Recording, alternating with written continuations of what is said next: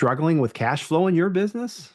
Discover how the Profit First system flips the script on traditional accounting by helping you pay yourself first, which I want to hear about, without sacrificing the bottom line. In this episode, tax planner and Profit First professional Diane Gardner reveals how to identify hidden profit leaks, take control of your finances, and build a stress-free, profitable business. Don't just work for your business, make your business work for you. Welcome to the Lead Machine Growth Show, where you will discover how to tackle your tech, master your message, and design your dream. Paul Guyon, the mastermind behind the Lead Machine, introduces you to trailblazers who inspire you to implement life-changing solutions and systems you can model to nurture your leads and get your offers seen by your ideal clients who will invest in themselves and you. Be sure you visit our website at www.leadmachinegrowthshow.com.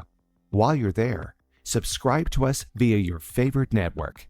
Now, tune in and get ready to transform your vision into reality. Welcome to the Lead Machine Growth Show. I'm Paul Guyon, your host, lead machine coach, and founder of the Lead Machine Marketing Group and Mastermind. And I'm dedicated to helping you tackle your tech, master your message, and design your dream life. So whether you're just starting out or you want to take your business to the next level, let's get this conversation started and turn your dreams into reality. My guest is a longtime friend and colleague of mine, Diane Gardner, and we're just catching up before we started taping. She's a Profit First professional, a certified tax planner, and best-selling author. She's committed to helping home service businesses owners maximize profits and maximize taxes through her profit planning coaching programs. So using the Profit First principles, she gives home service business owners tools to uncover the profit leaks in their business so they have a stronger cash flow, less stress, and are more empowered while making more money. Those are all fantastic promises, Diane. Thank you so much for coming. It's nice to catch up with you again. Yeah, Paul, I was quite happy when I saw you reach out and say, hey, come be on my podcast. It's like, you bet. Yeah. When are we going to go? Yeah. Well, we first met way back when with Jim Palmer, and back when in the old days. Gosh, that was, I don't know, what, 15 years ago? 15 years ago? A long time ago. So I won't ask you what you've been up to since then, but let's just dive into this Profit First methodology. We can catch up again. So first of all, what is the Profit First and how does it differ from the traditional accounting methods? Well, if you want to run a little case study, Paul, I'm going to play along with me. Okay, I'll try. We'll show your listeners. That didn't sound right, did it? How do you show your listeners? Okay, whatever. We'll demonstrate. Okay. So, Paul, I know you have a business, and I know that all business owners are struggling a little bit. Things are tight compared to what they used to be. Some businesses that I work with are experiencing maybe some supply chain issues. Others are experiencing problems with hiring their team and getting good A players. Others are worried about, I just don't know if I can make payroll or not. It's just such a stressor. But Paul, what if I told you could, in spite of all that stuff going on, you could actually take your profits first and have money left to be able to pay your team, pay your subcontractors, pay for your materials, all that stuff. How would you feel about that? Well, first of all, I wouldn't believe it. Sounds too good to be true, doesn't it? That sounds too good to be true. Right. So tell me more. I want to know more. This is the beauty of Profit First. Okay. In the Profit First methodologies, we sit down and we plan how much you would like to have for profit in the course of your year. And then we reverse engineer. We go from your net profit up. What do we need to have for top line revenue to hit this net profit? In the meanwhile, we are getting rid of the fluff, getting getting your business down to be that lean, mean operating machine where we've cut out extra costs. We've gotten rid of all the owner stuff that creeps into a business, push that back out where it belongs. It doesn't belong in your business books. We've looked at your pricing. Are you charging enough to cover your costs and getting the gross profit that you need? We've looked at your team and making sure they're efficient. We've got you down to where you're this nice, lean, mean operating machine. And while we're doing that, we're putting money away for your profits. We're putting money away so you as the owner get to take a paycheck every single pay period. We're putting money away so you can pay your income taxes. We might be putting money away so you can start practicing on hiring your next person, or maybe enlarging your facility or whatever it might be, buying the next truck or van, whatever. We're putting money away.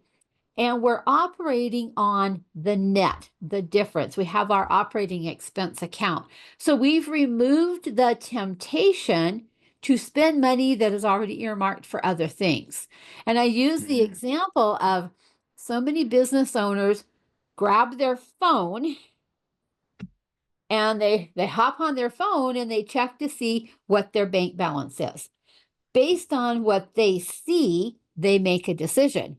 Well, what they don't realize, let's just say they saw, I'll use $50,000 in their bank account. Like I wish I had that in mind, but $50,000 because that's the easy number. Well, what they're not thinking about is of that 50,000, in 2 weeks' time, they need to make an estimated tax payment. And let's say, just because it's easy math, I'll say it's $5,000. And next week, payroll's coming up, and we've got a team of 4 or 5 people. And that payroll coming up, maybe it's 12 or 15,000. Say 15, because we can subtract now. We got 20,000 coming out of that 50. And oh, by the way, we've got our main supplier, our vendor, his payment or her payment is due in so many days, and that's another 5,000. So now we've just taken 25,000 out of that bank account, but that person, that business owner saw 50. They grab part of that 50 and go do something, and their bookkeeper is like, oh, what just happened? I need to pay these expenses and I don't have the cash to pay it. So in the profit first world, we remove these monies that are already spoken for. So then in that case, all that business owner would see is maybe 20,000 and knows that the weekly, accounts payable runs about this much. So in reality, maybe I have 5 or 6,000 I could spend, not 50. So what do you think that does to the business owner over time? Well, it does a couple of things. It eliminates the splurges that might happen. Like I got new headphones because my old ones were limiting and they were cutting out, and so I got new headphones and they were $150. And fortunately, I use gift money for that. But they would be. I think they would spend more intentionally, and they would also rest easy knowing that all the other things were taken care of that I didn't have to worry about, and someone else was taking care of that. That's a huge stress reliever there, not having to worry about that. Yeah. Most business owners feel like they live in a world of feast or famine. Money's there. Oh, money's not there. Money's there. Nope, it's not there. And it's back and forth and up and down, and trying to time that with payroll, because that's usually their biggest expense. Payroll. And if you can't make payroll's coming up on Friday. I don't have the cash. What in the world am I going to do? Who can I try to get to pay me really quick? Because I got to make payroll. And they carry all that stress right here on their shoulders. They carry it home to their family. They may or may not even go home. They may stay at the office for a while and see if we can't generate a couple invoices so maybe we can get paid. And meanwhile, they're missing out on their family. They're missing out on their kids growing up. They're missing out on building the relationship with their spouse or their significant other. They're missing out on life because they're worried about payrolls coming up next. Well, if we can remove that money, and if we can set up an account for payroll, and we know that off of every deposit that goes in their bank account, a certain amount goes in that payroll account. A certain amount goes in the owner's pay account, the profit account, the tax account. Now we can rest easy because what's in that operating expense account is money that can be spent. And so I find Yeah. my businesses growing by leaps and bounds when they get into this program and they're fully implemented, and their profits start to soar because they make different and better decisions. Yeah, I was going to ask you why why that happens. Can you drill It's a down, dig a little deeper on that? Why yes. would it be? So I've got of course, I've got a lean organization, first of all, which is great to have. If you're a solo entrepreneur, we'll talk about that in a minute. But you've got a lean organization first, and those things are taken care of. Why do the profits soar? I'm I going to know my use the listeners are thinking example. that. I'm going to use the example of a tube of toothpaste. When you Uh, get that brand new tube of toothpaste and you give it a squeeze, oops, too much came out. Oh, well, I'm just going to use it. Well, yeah. you get down to that last little bit, and I don't have another one in the drawer in my bathroom, and I better put that on the grocery list. You get a little more careful. You don't give it such a big squeeze. You're a little more Yeah. careful until you can get another tube of toothpaste sitting there. Put that now into a business environment.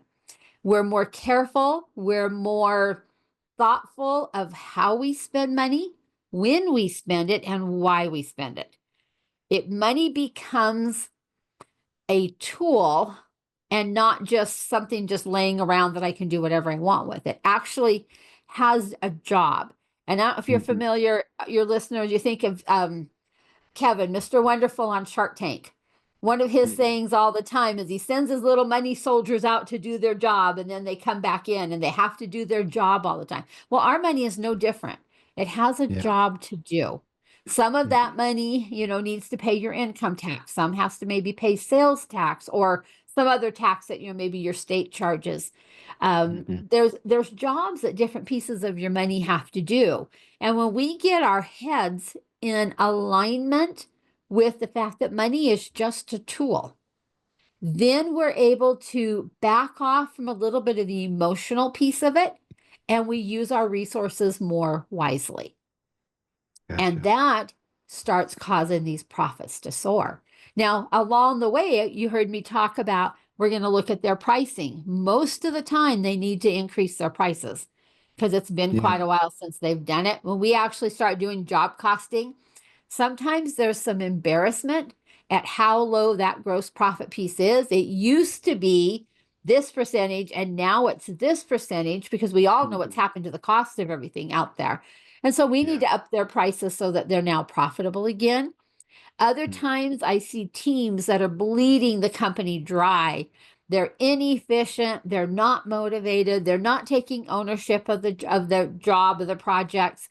And so we need to do a lot of work within their team and get them to become efficient. It might mean replacing certain people on that team.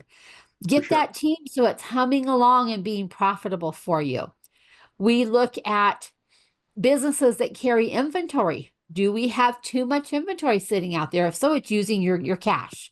Can we pull Mhm. that inventory down and make it more lean? How quickly are we paying our accounts payable versus how quickly are you getting paid on your receivable side? So there's Mhm. all these pieces we start looking at. We dig into the debt. What are the interest rates we're paying? Which debt should we be targeting and trying to get paid off so that we can free up some cash flow? So there's a lot that goes into this, but the first steps are opening up some bank accounts and starting to protect your money. Let it do the jobs it was destined to do. Gotcha.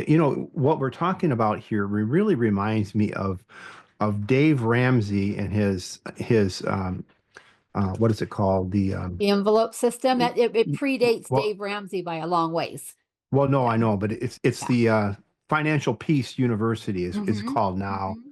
and the Yeah. baby steps. But he's focusing on and getting debt. But one of the things that I really like about his system is that you have a written budget you have a budget meeting. Now this is for personal finance, uh, but In so I was going to ask, how do you establish this infrastructure? You got to get started somewhere, right. and you can't do it all at once. Nope. So where would you start? We start with baby steps in that Uh-huh. we'll put 1% in the profit account. Now, we obviously need more than 1% in an owner's pay account, or you're never going to get paid anything. And you do have bills at home and you have to live off of. So we Yeah. determine what is the minimum that that owner needs to live on. Now, in a lot of businesses I work with, they're big enough that I don't do an owner's pay account because they're already part of the payroll system. But in other Mm. businesses, we do. We do a tax account, and here again, we'll start with 1 or 2%. On the average, I have people put away 15% in a tax account, but they can't go from 0 to 15 in one day. That's too big of Right. a jump.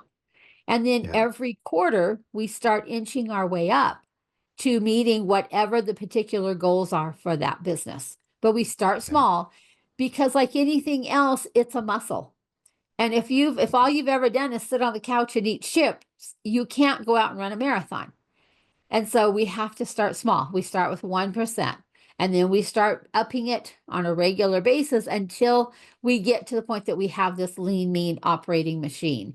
And then instead of a budget, which a lot of people think is a 4-letter word, we Yeah. develop a profit plan. And Uh-huh. it Okay. all starts with that bottom line profit. It's a mindset shift. Did you hear how I said that? A Yeah, profit it's a plan profit plan. instead of I don't want to be constrained by a budget. But if I have a profit plan, if I meet my numbers, this is the profit I will have at the end of the year. And Mm-hmm. so it gives them a real reason to work hard and control that spending and hit that top line revenue goals that we've set so that they actually do get to take home this profit. Because when you're an owner, you wear 2 hats. One hat is you're an employee of your business. You're the doer. You make things happen. The other Right. hat is I'm a shareholder or an investor in this company. And as Mm. my shareholder investor hat on, I want an ROI back on my money because there's no Yeah. shareholder in the world that's going to say, no, that's okay. You just keep it. I'll wait. No, they want Yeah. their, and so we have 2 hats that we wear in a business. And if we can keep that shareholder happy, that shareholder continues to help grow this business for you. Yeah. And so how do you slice it up? How do you make those slices? What would be the well, there's a starting point, obviously. There's You a said starting you point. said, Yeah. but what would be ideal? So one of the people I've run into recently was of a similar mindset that you should, earmark, let's say 20% of the to the owner, and then 22% or whatever the percentage is in your income bracket or your income tax bracket is for taxes, and then in operational expenses and things like that. And then also growing the business. His tack was that you're spending all your money on growing your business, but you're not paying yourself, and so there was, I liked his little pie chart, say, oh, and then of course you talking about profit first. So how do you slice it up that makes sense? Every business is different. I will say Mhm. that. Yeah. Some businesses will put more in one category than others. So we do an assessment up front with the business to determine where they are and where most successful businesses generally operate as far as the percentages. And so just to get started, the main accounts that I see with the home industry businesses that I work with will have a profit account, we'll have a tax account, we'll have a lot of times they want an account for their job materials because that's another big expense. They want to always be able to Hmm. pay that vendor so they can keep buying job materials. A lot of them will Yeah. have a payroll account because that's another big expense in their world. So we'll protect that money so we can always get our jobs done and pay our people. Then a lot of times they'll have a capital type account because they're always buying trucks and vans. And if we can borrow from ourselves instead of having to go in debt to buy this, or at least Hmm. put a bigger down payment on than we might be able to do otherwise, trying to keep that debt down as much as possible.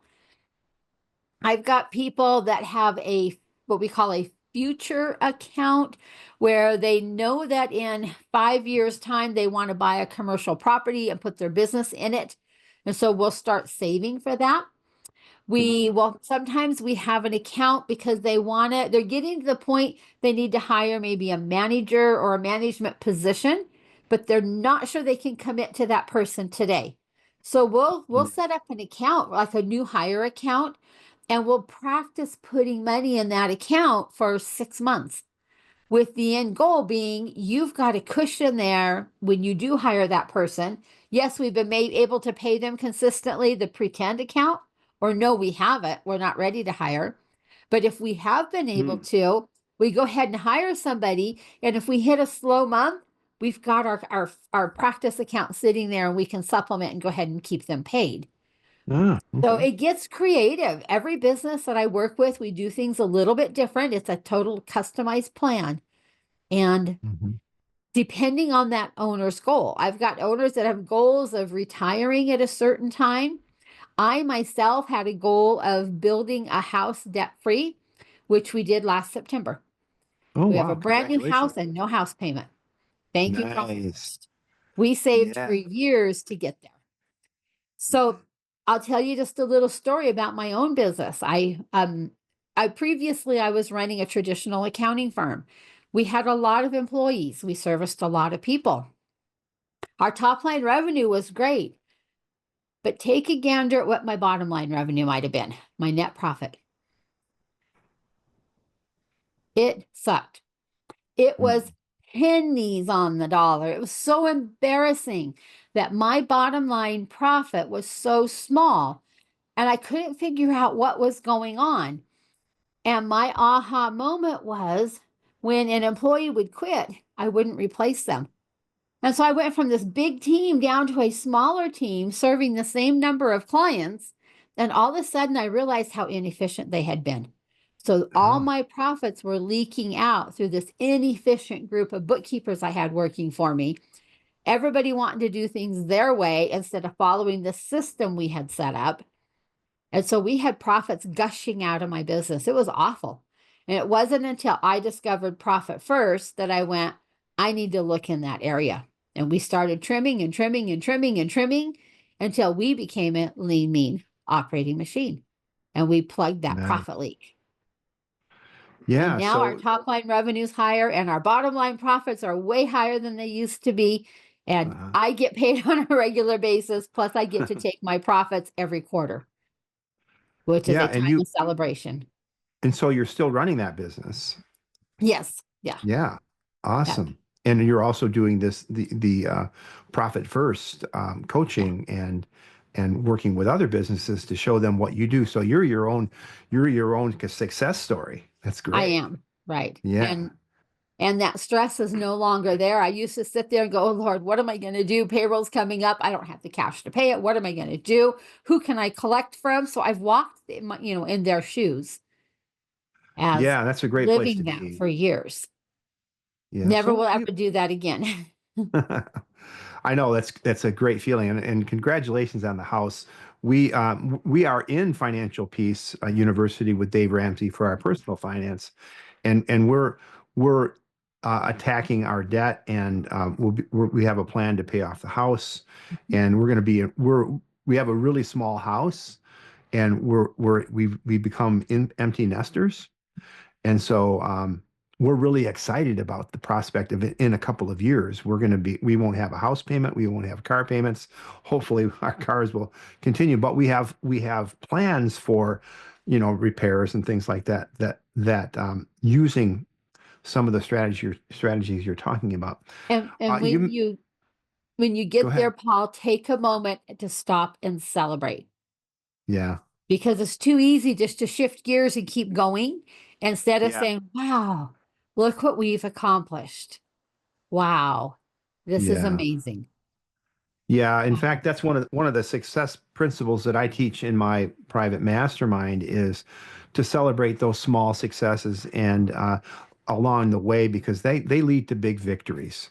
And, they do. And once the achievement of small little goals releases endorphins in your mind, and you start to really crave it. And so that helps you build your momentum. And that's how you can dig yourself out of any hole, no matter what it is, personal or business or otherwise, relational or whatever. When I'm working with home service businesses, we do the profit transfers once a week because there's endorphins in there that when you sit down and you look at here's how much that came in last week, Monday morning, we're doing our transfers, we put in our money in our savings accounts. There's like, wow, look what we just did. And you watching that number grow. Look how much money we've put away this year. Even if it's a small amount, it's that much more than you did last year. And I find myself looking at my spreadsheet from this year to last year to the year before, watching those numbers grow and going, we are blessed. Look what we're doing. We've been able to do this and still kept the business rolling. Everybody's getting paid. The bills are paid on time. And it's just such a feeling of accomplishment. And then at the end of the quarter, it's profit distribution time. And all of my clients that I work with, we've got goals. Here's what this money is going to do. I've had someone put in a swimming pool. I've had people pay off personal debt. Myself built the house. I've had people buy cars.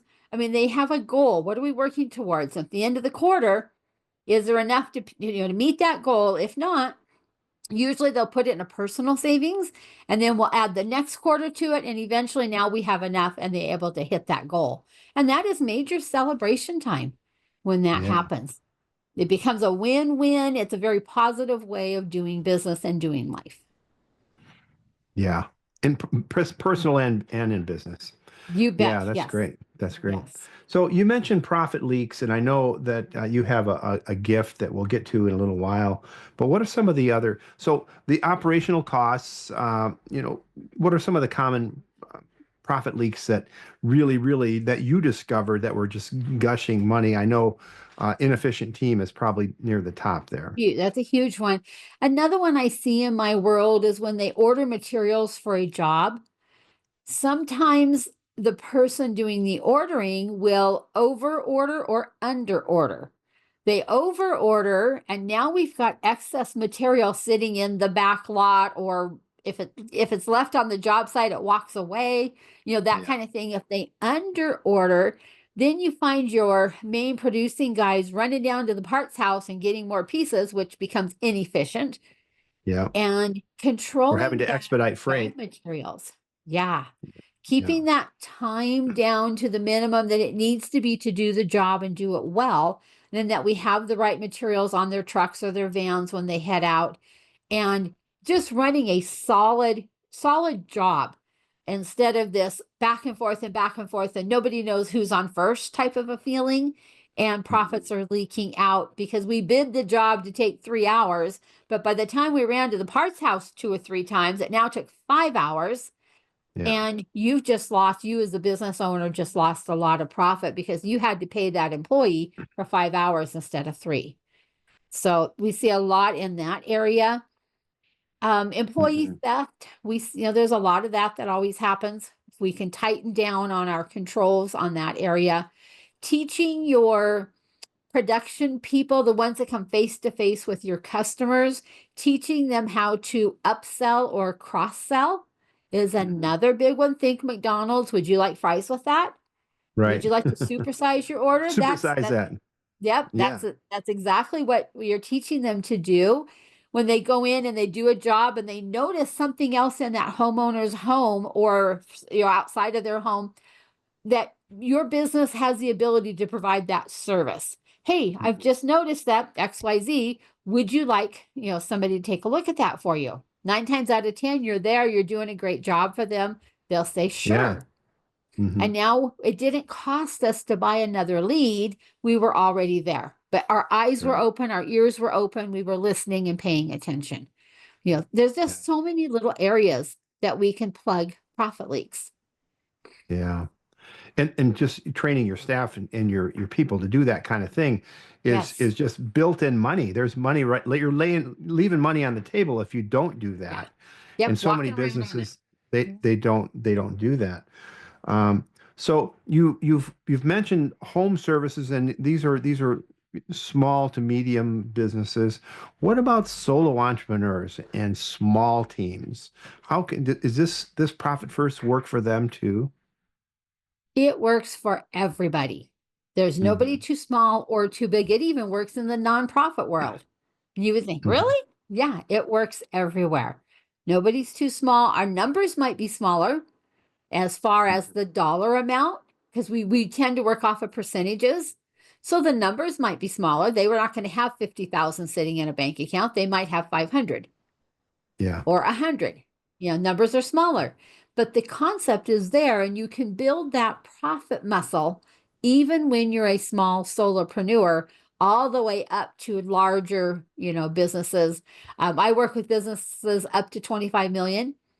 So there's a Mhm. lot of cash that can get lost in a $25 million company, because you For got so sure. many hands doing things, and you've got redundancies that happen and things like that that can really start taking out your profits. And so small or big, profit first works for everybody.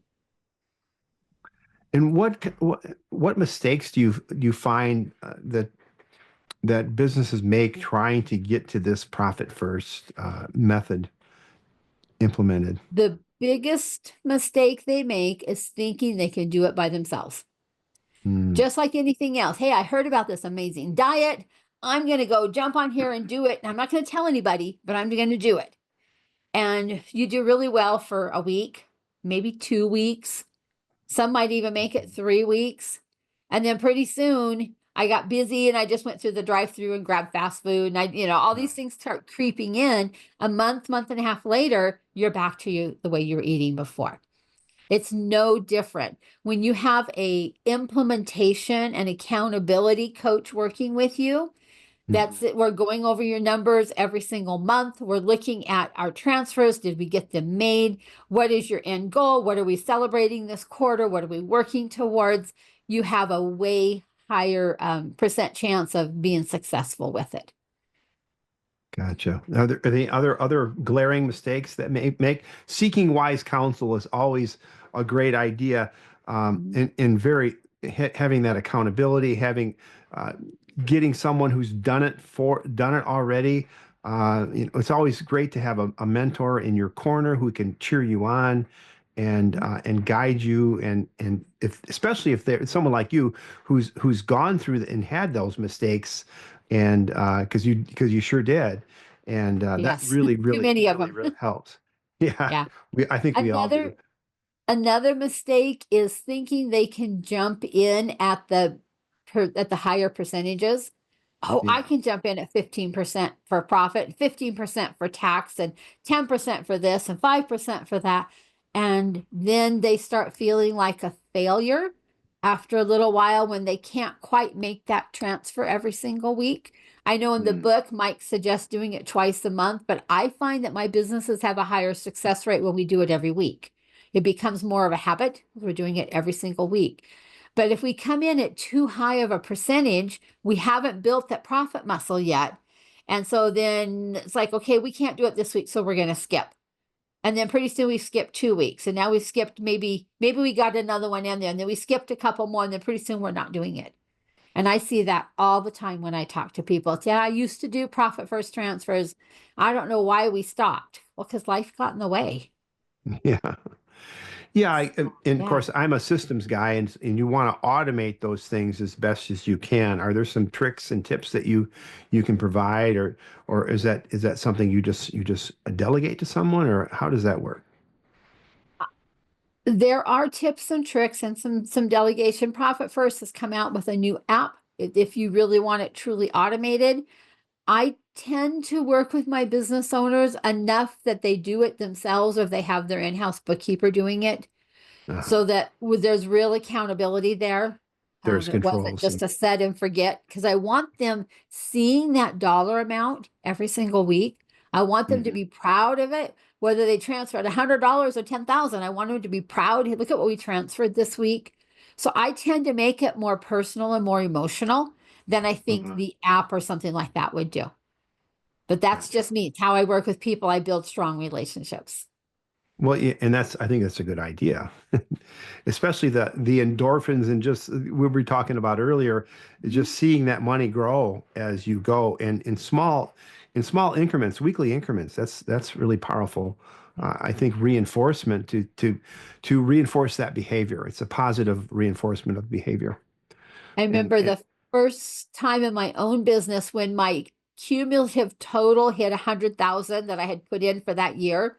I went, I can't believe I just scraped 100,000 off the top of my business and we didn't even miss it. And I was yeah. like, I can't believe that happened. So I mean, talk about major endorphins. It's like, wow, I'm so proud of that.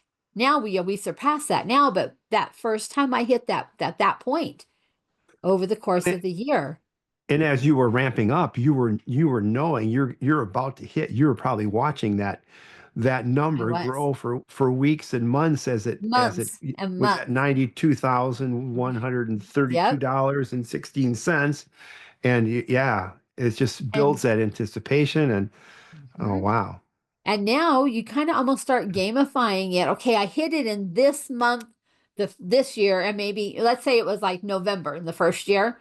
And then the second year, maybe I hit it in September. And then the next year, can I hit it in August? And then you just start working it that way. At least that's me. I guess I'm competitive against myself. You know, how quickly can I hit that same number in the year? You know, how many months sooner can I do it? And so yeah. it becomes a challenge that's pretty fun to play with your own business, you know, so whatever that goal number is. Now, what about business owners who feel like it's like I just don't have enough money or clients or revenue yet to start this? How what do you say to them? And It's a mindset thing. Everybody can do it, even if we only come in at 1%. I've got businesses I work with that are losing money and we still get 1% in there because Mhm. it's a mindset shift and coming at it from the idea that there is abundance, there's plenty instead of scarcity. Mhm. And it's amazing when you start putting that money away that your top line revenue starts to grow. Don't tell me how, I can't tell you how. It just does. Huh. It's I know why it is. It's because of that mindset shift.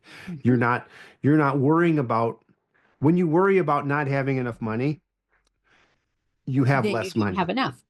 When you worry about anything, you have it's just the way it's the law of attraction. It's the way that God has created the universe uh, for us to be trusting. Of course, trust in Him, number one, and He will take care of you. And there's passages in the Bible that talk about, the sparrows don't worry about when their No. next meal is coming from, and they're not worried, and the flowers are not worried about how they're going to be clothed. Mhm. And so neither should we, because we're above those things and we're taken care of. Right.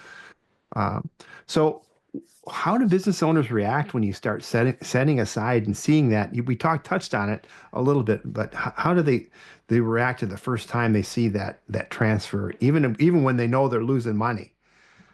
At first, they're like, I'm not sure we should be doing this, Diane. It's like, trust me, guys, trust me. I've done it myself. Trust me, it will work. Now, it's not going to work overnight because you didn't get in the shape you're in overnight. So it does Yeah. take time, but just keep trusting the system. There are hundreds of thousands of businesses around the world using the profit first system. So trust the system, it works. There are there's so many examples we heard as part of Profit First professionals of businesses that had been using Profit First for a few years before COVID hit. Well, they Mhm. didn't have to go after some of the loans and the government assistance and stuff because they were positioned in a point that they had their emergency fund funded and they were able to ride through the whole COVID thing a lot easier or other types of, earthquakes and flooding and those types of things because we've built out an emergency fund. We had planned in advance for it. So there's Mhm. just so many examples out there of people giving testimonials on how Profit First changed their life. that it does work. Even if you're using little small numbers, it still works because it's a mindset shift. Even for bootstrappers? Even for bootstrappers, even when your accountant or your bookkeeper says, I don't understand this, there's no way just by setting up some accounts and putting money in savings, it'll change your business. Don't let them poo-poo it because it does work and it works well. I am definitely a testament to that. And so, and of course, I'm a solo entrepreneur, and I'm interested. Of course, I've been working with big corporations for many years, and also have my own business and businesses. And so, how does a solo entrepreneur who doesn't have a team manage this easily and effectively? Because Every Monday, I know there's people like there that are listening to this that are like me. Yeah. every Monday, you look and see what went into my bank account last week. And I always have my people build out a little spreadsheet or do it on paper by hand. It doesn't matter. And if we, figure out the 2 or 3 accounts you want to start with 1%. Okay, last week we had $2,000 that came in. I'm going to put 1% in my profit account, 1% in my tax account. And we always say it works better if you put those accounts, ideally put them at a different bank so that when you pull up your bank balance, you can't see those savings accounts sitting there. They're at a different bank. And just start filling that out every Monday. My people do it every Monday morning. Let's go see how much came in last week. And then we do our percentages based off of that. And it's almost a celebration time every Monday morning. Look what we get to do. We get to do our profit first transfer. Gotcha. I love it. So how can people find out more about the Profit First system? And are there, wait a minute, before we go there, what haven't I asked you that I should have asked you? What haven't you asked me? Think a second here. We've talked about small steps, baby steps. Yeah. We've talked about some sort of accountability. If you can't afford a coach like myself or another Profit First professional, find a friend. And every Monday, here's how much we're transferring. Share it back and forth. Be accountable with each other. We've talked about mindset shift because this is definitely a mindset shift. Yeah, for We sure. talked about put your accounts in different banks so you're less tempted to just transfer. Oh, I'm a little short this week. I'll just pull from my profit account and do a quick transfer. Make it inconvenient. And preferably the savings accounts, you don't have them on your phone. So you actually have to maybe go log in somewhere to see what you have in them. Make it inconvenient. Put a little friction there so you don't take them so quickly. And then at the end of the quarter, take a quarterly profit distribution. Now, if you're in a business that has debt, we say take about 75% of that profit distribution and dump it towards debt. If you don't have debt, take about 75% of your profit and take it out and do something with it personally. This is your reward. Don't put it back in your business. This is your shareholder, your stockholder type reward. This is your payment for your reward for being that entrepreneur, for taking the gamble, the risk on running this business. Have a goal. If you don't have a goal, you're not going to achieve it. So have a goal and be intentional about it. Find a friend, do it together with them. And you can be very successful with it. I like that. Yeah, and if you don't have a goal, I don't remember who's I've heard it from many. Probably Brian Tracy was one of if you don't have a goal, anywhere will do. If you don't know where you're going, any place will do. Yep. Yeah. So having goals Yeah. and celebrate along the way as you reach those. You also talked a lot about home service businesses specifically. Are there any industry specific tips or common red flags for home service businesses that you'd like to share? For my home service businesses, we really zero in on their gross profit percentage and their net profit percentage because it's so easy to get that pricing wrong on their jobs. And because their jobs tend to be a few $1,000s on up. And if you mess up on the pricing on those jobs, you can sell your way into bankruptcy. And I've seen Uh, people do that. They just keep pushing that top line and not realizing that you're maybe breaking even on that job and you don't have mm, enough to cover your overhead costs. And then they eventually go out of business. So, we look at those two numbers more so than top line revenue because we can reverse engineer top line revenue. So for them, that's really those two I think are the most important numbers is that gross profit percentage and your net profit percentage, and teaching them how to understand their numbers and make numbers their friend. They go into business because they're good at whatever they do. They're a plumber, a roofer, electrician, an HVAC guy. They're good at the mhm, trade, but no one taught them how to run a business. And so yeah, when you start throwing some financial statements and stuff at them, they go, kind of want to, like the monkey, the hear no evil, see no evil. They want to cover their yeah, eyes and not look. So helping them feel comfortable with their numbers and their numbers become their friend. And we get to the point that we're looking forward to see what are the numbers coming up. And we watch different KPIs with them so that they can stay on top of their numbers. And they can tell at a moment's glance how they're doing because all they do is take a quick peek at their profit first accounts. Are we growing? yeah. Then yes, the Mm, business is doing well. So they're a gotcha. fun group of guys to work with. Yeah. And I've been working with lots of them lately because we've done some remodeling. We had our siding done. We had windows. We had flooring. We had a plumber. We had an HVAC. We've had a lot of trades in our house lately, and so yeah, they're a great bunch. One of my colleagues is one of the biggest painting contractors in the area, and he's doing really well. I think he's got things dialed in pretty well. Um, so one more thing, you mentioned reverse engineering from the profit, from the top line profit. How does that work? Or So did we that's my cover that already? profit, right? My profit plan. So we Yeah, okay. determine what percentage net profit would you like to have over the course of the year? And what is Okay. that number? So let's just say I'm going to say 100,000 because that's easy math we can do in our head. So we want $100,000 net profit at the end of the year.